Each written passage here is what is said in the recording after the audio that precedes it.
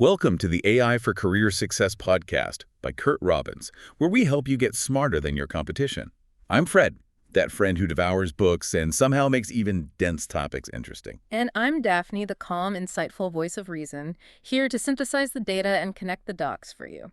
Welcome to episode 171. So today we are tackling a topic that feels fundamentally contradictory to the promise of AI. It really does. We're constantly talking about how automation and machine learning create all these efficiencies, but this conversation is all about the rapidly growing environmental cost of building and running that technology. It's the critical flip side of the coin. This episode was actually suggested by our producer, Curt Robbins. It's based on a really essential article by James Thomson. Okay. It's titled AI's Environmental Footprint: Powering Progress Without Burning the Planet, and it was published on LinkedIn back on June 27, 2025.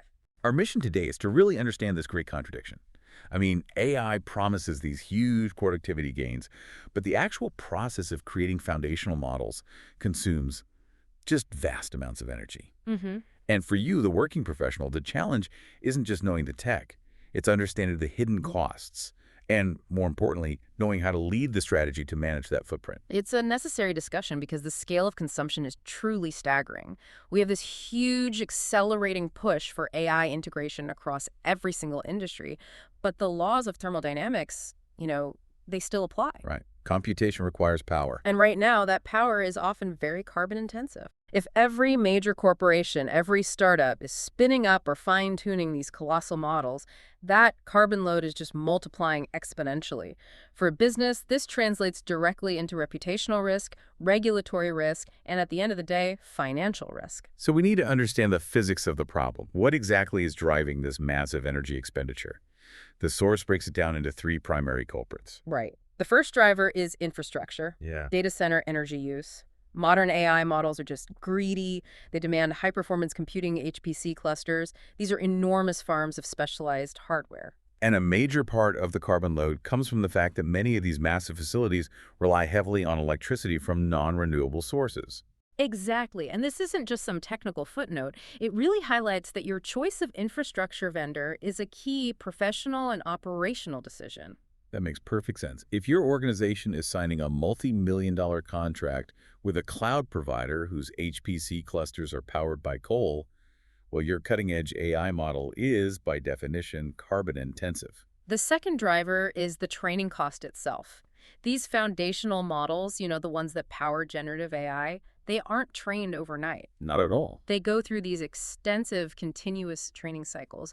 We're talking about running vast networks of powerful graphical processing units, GPUs, which are the accelerators that make all this possible. These networks consume thousands of megawatt hours. And the third driver is often overlooked, but it's potentially the most continuous contributor: global scale, or what we call inference. Yes, the emissions don't just magically stop once training is complete. So inference is when the model is actually doing its job in the real world, answering a search query, generating an image. Powering a self-driving car's decision, optimizing a factory floor.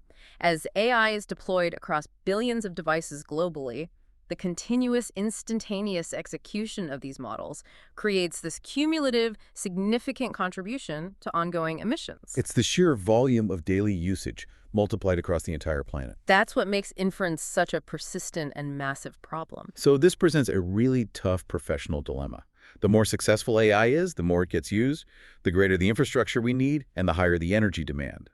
So the question for the working professional who needs to lead their company into this AI future responsibly is, how do we break this cycle? It means the entire conversation around AI development has to shift from purely maximizing performance to achieving sustainable operational excellence. That's the professional differentiator now. Let's take a brief break for a special message from our producer, Curt Robbins. Hi, this is Curt Robbins. First, thanks for listening. I truly appreciate your support.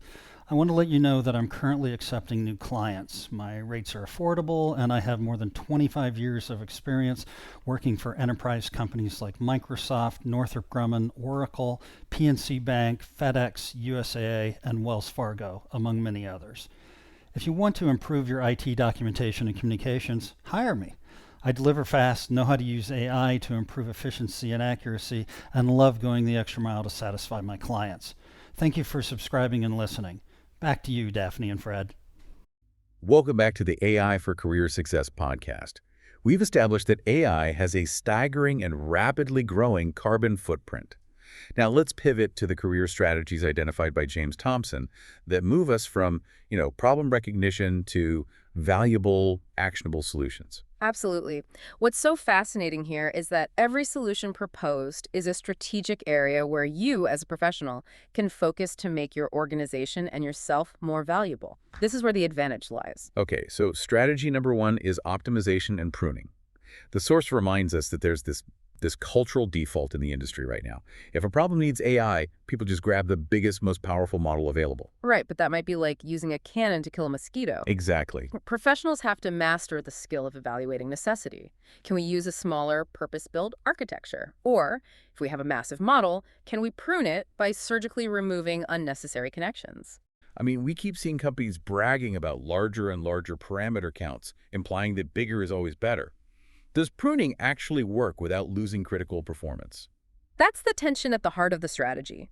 Pruning significantly cuts down on the memory footprint and the energy needed for inference, sometimes by 50% or more. The trade-off is managed by the professional. You might lose, say, 2% performance accuracy, but you gain a 60% reduction in emissions and latency. And a skilled engineer or a strategic manager understands that efficiency is often more critical for long-term deployment than a tiny performance gain. Exactly. Moving beyond the model itself, strategy number 2 targets the infrastructure. Lean on green compute. This takes us back to your point about vendor choice being a professional responsibility. It really is. Investing in or partnering with providers that operate on verifiable renewable energy is no longer just a PR move. It's becoming a mandatory operational requirement. As climate reporting regulations tighten, your compute sources directly impact your corporate governance. When you, as a professional, put sustainability on the request for a proposal, right alongside price and performance, you're actively shaping the vendor market. You're moving your company from greenwashing to green operating. Strategies 3 and 4 are about temporal and administrative action. Strategy 3 is smarter scheduling. It sounds simple, but aligning computationally intensive workloads with periods when renewable energy is abundant can lower real emissions. And the complexity there is fascinating. It's not just about timing. It's about accessing real-time data on grid carbon intensity. In some regions, shifting a training job from 2 p.m. to 2 a.m. can move you from a gas plant to wind power. So professionals in this space need to understand not just data science, but energy management. Precisely. And this ties directly into the 4th strategy, transparency in reporting. Companies should be publishing clear, quantifiable carbon impact reports for their AI development. If you can't measure it, you can't manage it. And that builds accountability. It allows stakeholders, from investors to regulators, to judge an organization's actual commitment. It's becoming a foundational requirement, just like financial reporting. Finally, we have strategy 5, which is highly technical but incredibly important. Recycle and repurpose, often known as knowledge distillation. This is the skill that's going to be highly sought after. It means avoiding the need to restart that massive training cycle from scratch.